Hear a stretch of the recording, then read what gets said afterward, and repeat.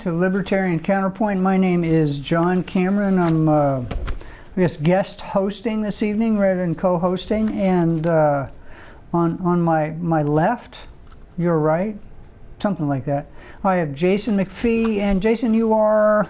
I am the host of the Knuckleheads of Liberty that appears on public access at 5:30 on Channel 17. Cool. On Mondays. That's 5:30 on Mondays. Mondays. On Yeah. Channel 17. Okay. Yep. All right. All right. Well, we're gonna open it up talking about the Supreme Court.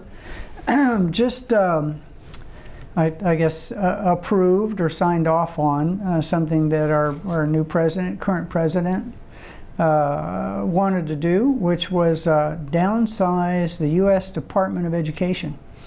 And apparently, the people who didn't want this done thought that the executive of the United States didn't have the right to fire people who work for the executive of the United States. They said that it was actually not a firing because they were reducing so many people, but eliminating the department. And the president's response, or his people's response, was, well, that can't be the case because we rehired about 73 people because, you know, we actually, those people were actually doing something useful, unlike the, you know, the thousands we're going to fire who were doing nothing useful. What do you think of that, Jason? Well, you know, I think the overall story of him doing this and placing, I think her name is Linda McMahon, is the Secretary of Education now. I think this is probably the best thing he's done from a libertarian point of view, trying to go in and take apart the Department of Education, because essentially the education system we currently have in this country is a government monopoly, and at least, you know, there's a lot of direction that comes from the central or from the federal government on this, with tinkering and stuff from incentives that, you know, where they'll send money back. And by essentially trying to take this apart, it's more of a push to try and get it back to the state and to break this up into maybe even pushing for more school choice. So, I mean, if we really want to get more liberty ideas out there, we've got to get competition in education. And this, Trump is really the only president who's ever done anything serious on this. Yeah, I think George Bush, I don't know which one of the Bushes tried, but the pushback was so heavy, even in people in his department. And what the people in Trump's cabinet and a lot of libertarians would say is that the Department of Education is basically a propaganda machine, and they meddle, and not meddle with a T, because, you know, that would be useful, but meddle with a couple of D's. And I think they're right. And you know, that people on the left, I don't know why they call it left and right. I mean, it's a uniparty, but the people who favor national meddling say, well, what are the states going to do without the money? And apparently they don't realize that the money comes from the people, and the people are in the states, so they'll actually have more control over the money, unless perhaps the Department of Education fulfills another role, perhaps propaganda. Perhaps what else do you think they might fulfill? Well, one thing they aren't fulfilling is education. I think that's pretty safe. If you look at, they came into being, I believe, in the 70s, yeah. So they've had about a 50-year run, and we have declined in education since that point. So it's like we've thrown a bunch of money from the federal government, tried to organize this from the top, and it just is not, it's not accomplishing its goal. So, you know, if you're... I think it is actually, I'm sorry, I didn't mean to interrupt. Okay. It's accomplishing its goal. Like all government programs, there's a stated goal and a real goal. And the real goal is to allow a bunch of radicals at the top to control education with a few dollars, because education budgets are so thin. They shouldn't be, because there's a ton of money, but it's all scraped off in administration and teacher pensions and all the rest of that, and doesn't get into the classroom. That little bit of money carries a big weight, and they use it as a whip to you know, control education in the country, and they do a terrible job. And the message is definitely left wing. And anything else before we invite Richard to talk from afar fields? Nope, just hopefully they succeed in their dismantling of the Department of Education. I think they are succeeding, and what's cool is this is a precedent that many of these federal employees work in the executive. The department is run by the executive. So the idea that the executive can't fire employees that work for him, I'm glad that precedent's been set. All right, and so I think we can pass it off to Mr. Richard Fields, who wants to talk about taking his shoes off or not. Hi, this is Richard Fields with this week's Report from the Fields. A couple of weeks ago, I was able to board an airplane without taking off my shoes. And no, it wasn't because I'm old, although I am. Nobody had to take off their shoes. Seems the TSA has quietly removed the requirement that people have to take off their shoes to get through airport security. Brian Kaplan, writing on Econolib, captures my reaction exactly. First, amazement that the government has reversed a silly regulation. Second, gratitude that I don't have to deal with it anymore. And then indignation that the policy was ever instituted in the first place, and that the government didn't apologize for inconveniencing me and millions of other travelers over the last 13 years. Some background. The regulation to remove shoes while going through airport security was instituted a few months after the attempted shoe bomber, Richard Reed, tried and failed to explode a bomb concealed in his shoes on an airline flight. His efforts were stopped by flight attendants who noticed him repeatedly lighting matches. He got a life sentence with no chance of parole for his effort.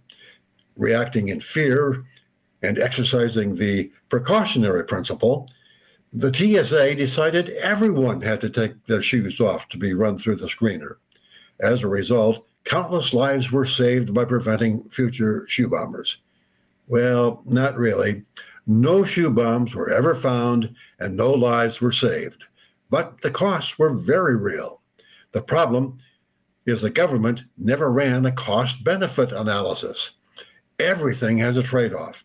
In this case, the trade-off was between preventing a hypothetical shoe bomb terrorist attack and the cost involved in that preventive effort. Assuming it takes 1 minute to remove your shoes and then put them back on, Kaplan ran the numbers, and this is what he came up with. The average number of air travelers in the U.S. over this period is about 700 million per year, implying the destruction of roughly 15 billion minutes of time in the U.S. alone. That's almost 30,000 years of life.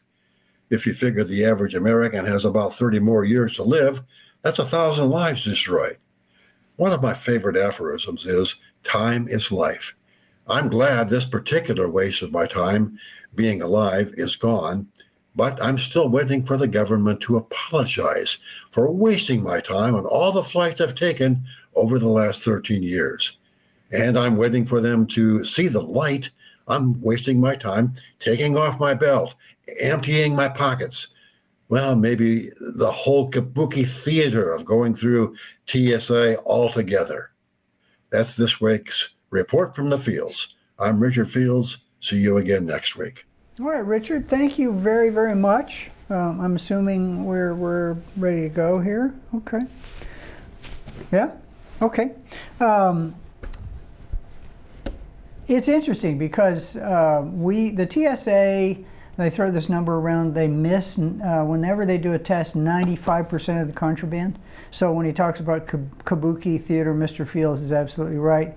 There are ways to do airport security that work, and there are ways to do airport security that's just a pain and employs a bunch of people who could be better off employed somewhere else, and our tax dollars could be spent somewhere else. And the TSA is one of those. Perhaps even eliminate the department.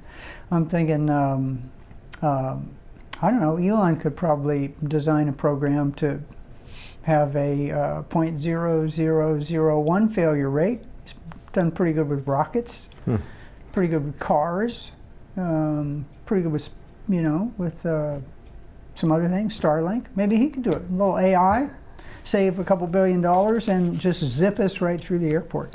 But we're going to talk a little bit later in the program about another improvement that an American government organization has done. But right now, let's talk about something kind of silly.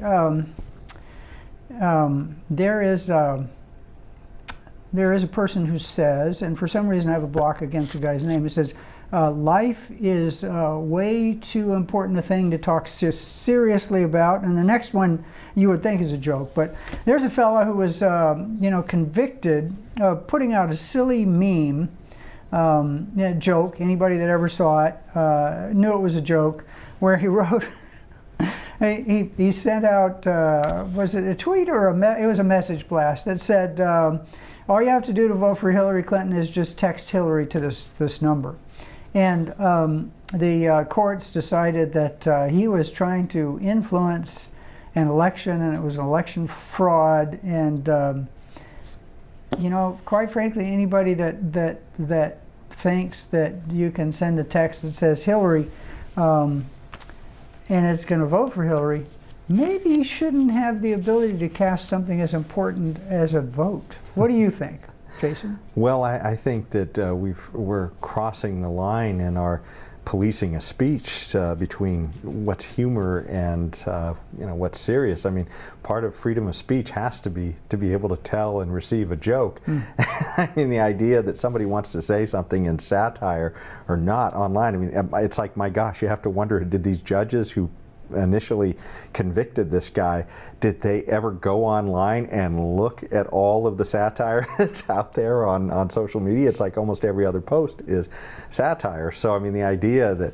some guy would text, or would have a meme that says text, this number to vote for Hillary or something like that, is, it's obviously satire. I mean, it's like, I just can't imagine who that wouldn't be satire to. Well, they convicted him, and he was, he was out on bail awaiting sentencing, or as he had sentencing, and they appealed, and the judges saw that this was obviously a joke and overturned it, and or kicked it back to be overturned. And now that one's kind of funny. But the next one, the headline is, woke stormtroopers persecute German civilians for wrongthink. And it's not actually now just German civilians. In Europe, what's happening right now is the Germans are especially sensitive to what you would call people on the right, based upon their history with a guy named Hitler. And so all of Europe is kind of fighting this war between what we would call in the U.S. conservatives and what we would call progressives or left. But there's a whole lot more socialists in Europe than anywhere but in New York, apparently. And the German government thinks that if there's any memes, any speech that's remotely associated with what could be construed as maybe not Nazis, but people who are certainly, like, let's call them hard right. And in Europe, again, hard right is anything to the right of Mao Zedong. So you got to think it. The bummer about this particular story is that not only are German citizens being fined and put in jail, I think 162 were recently arrested for speech that they considered kind of fomenting right-wing thinking. But an American reporter who tweeted not as a report, but tweeted basically something tongue-in-cheek, Daffy Duck with a swastika on, I think, was people knocked on his door and proceeded to grill him and take him down to the station and threaten him with fines and all the rest of that for something. And when he tweeted out or put out the story that had Daffy Duck with a swastika on, he was actually, of course, making fun of those people, the brains of those people who would think that Nazism is something that we should even consider as rational, civilized people. So, Jason, what do you think? Well, this is actually something too that follows on a 60 Minutes piece that came out about a year ago, I think it was, and it's a very good piece. I definitely suggest you go and check it out. But it's just shocking in the sense that they have a whole network of police that are going out there. They are scanning the internet to check people's speech, and they will show up at your door and arrest you if they think that you have violated whatever their speech codes are. And it is absolutely shocking to see the zeal that these people are used in doing this. And they are putting people in jail. There are like $10,000 fines, I think, for each instance. And so it's just surreal. I mean, it's like they're discovering Orwell there in Germany in a bad way. Well, it's not just Germany. It's happening in England. There's a woman spending 31 months in prison for hate speech. There was a person arrested and put in jail for silently praying outside of what we would call, I guess, an abortion center. Not interfering in any way with people. There's a rule there that you can't even silently pray in your house for the souls of unborn children within 200 yards of a clinic. In Brazil, there's flat out censorship.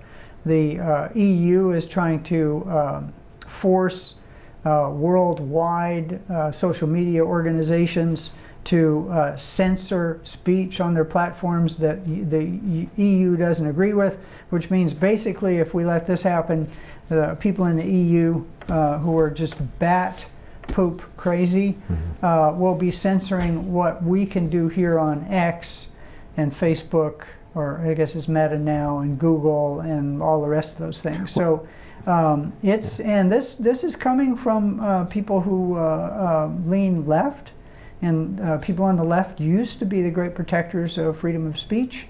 Apparently now that enough people disagree with them, they've gone to the other side. So. Yeah. Well, you know, and to follow up on that story too about the abortion clinic in the UK, that particular story was so insane.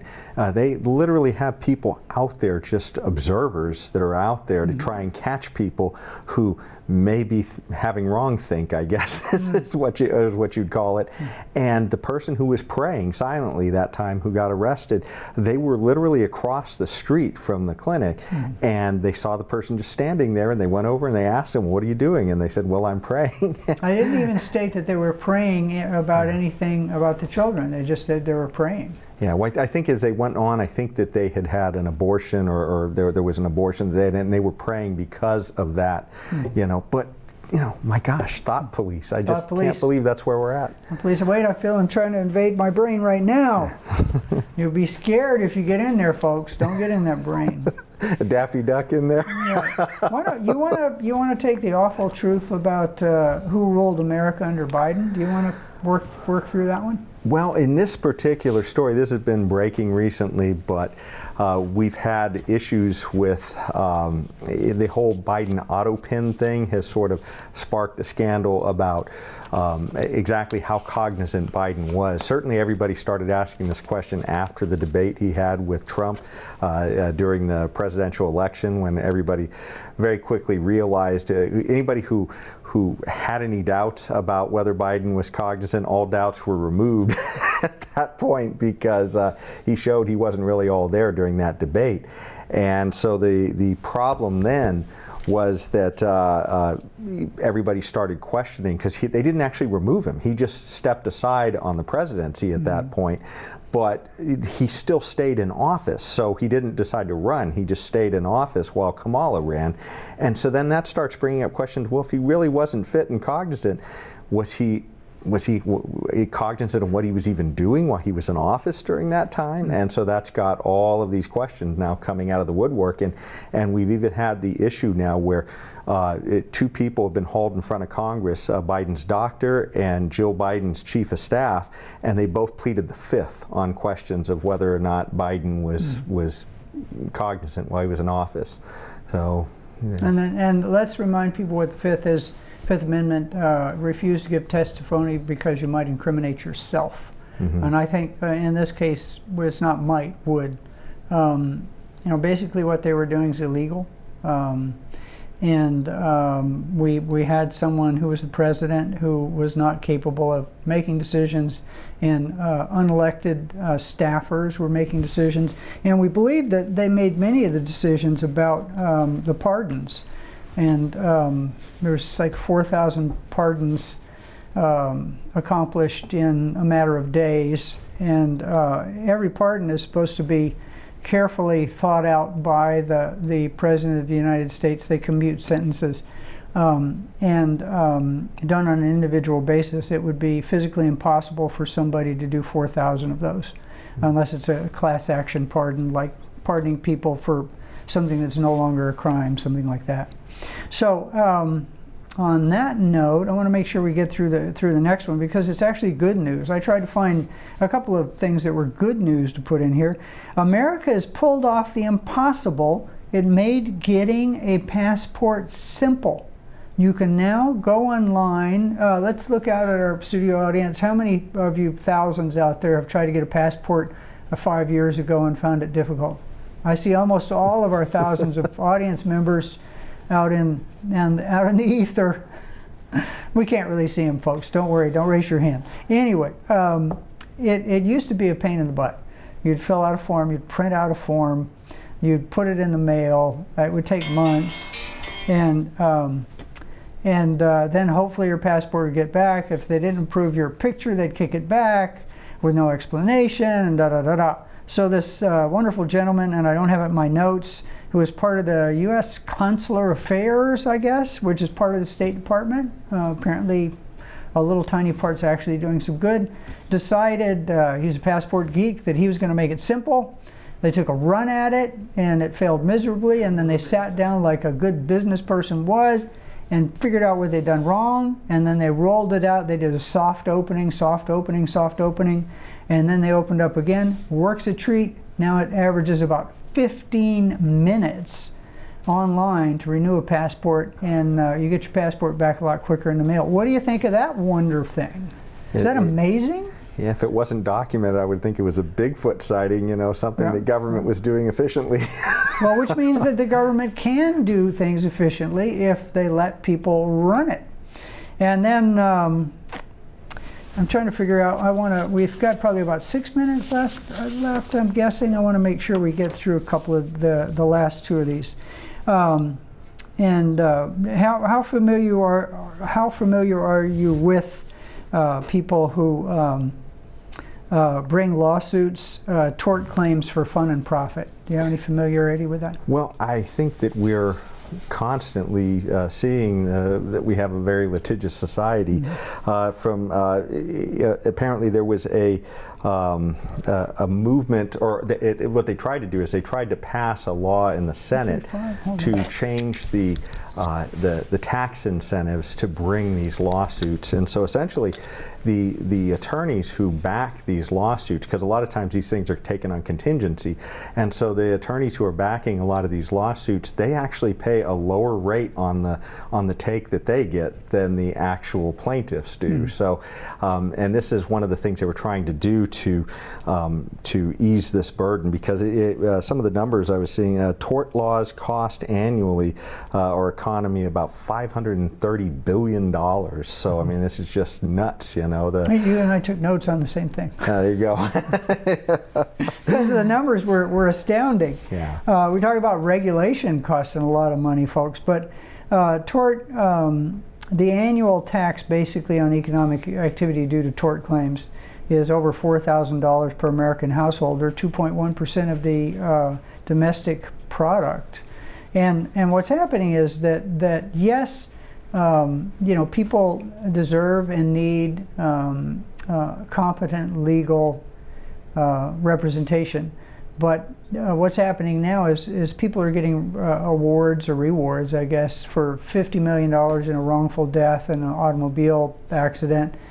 And what's happening is it's so profitable that some of these Wall Street firms, hedge funds, foreign investors, and others are actually financing tort cases for investment gain.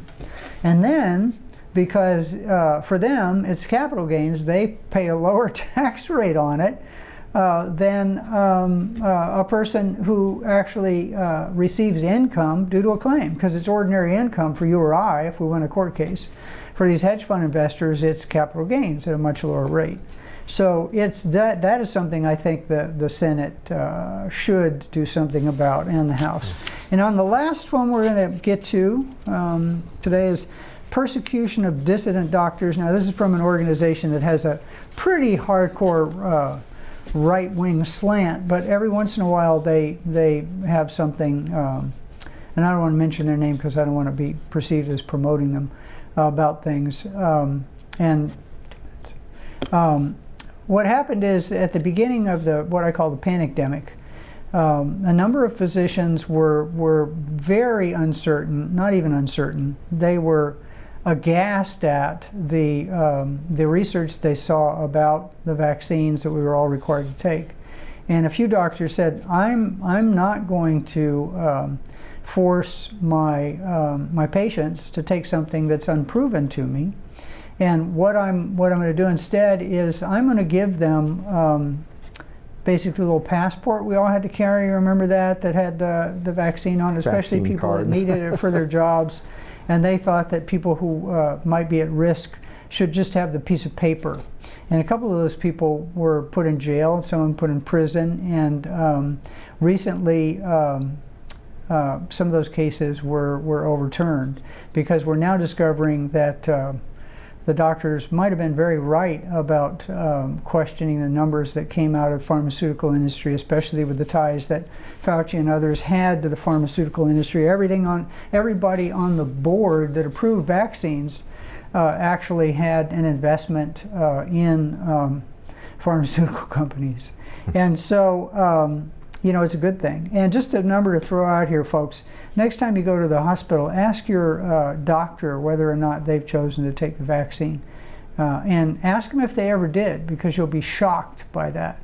And on that note, I think we're going to go ahead, and we have 1 minute left. Anything you'd like to bring up that you've seen or heard of? I think something about this particular case that's worth noting as well is that this was a doctor who was literally working with his patients. His patients didn't want to take the vaccine, and they didn't, they had doubts about what was in it. The government wasn't very forthcoming with information, so he helped them essentially to gain falsified vaccination cards.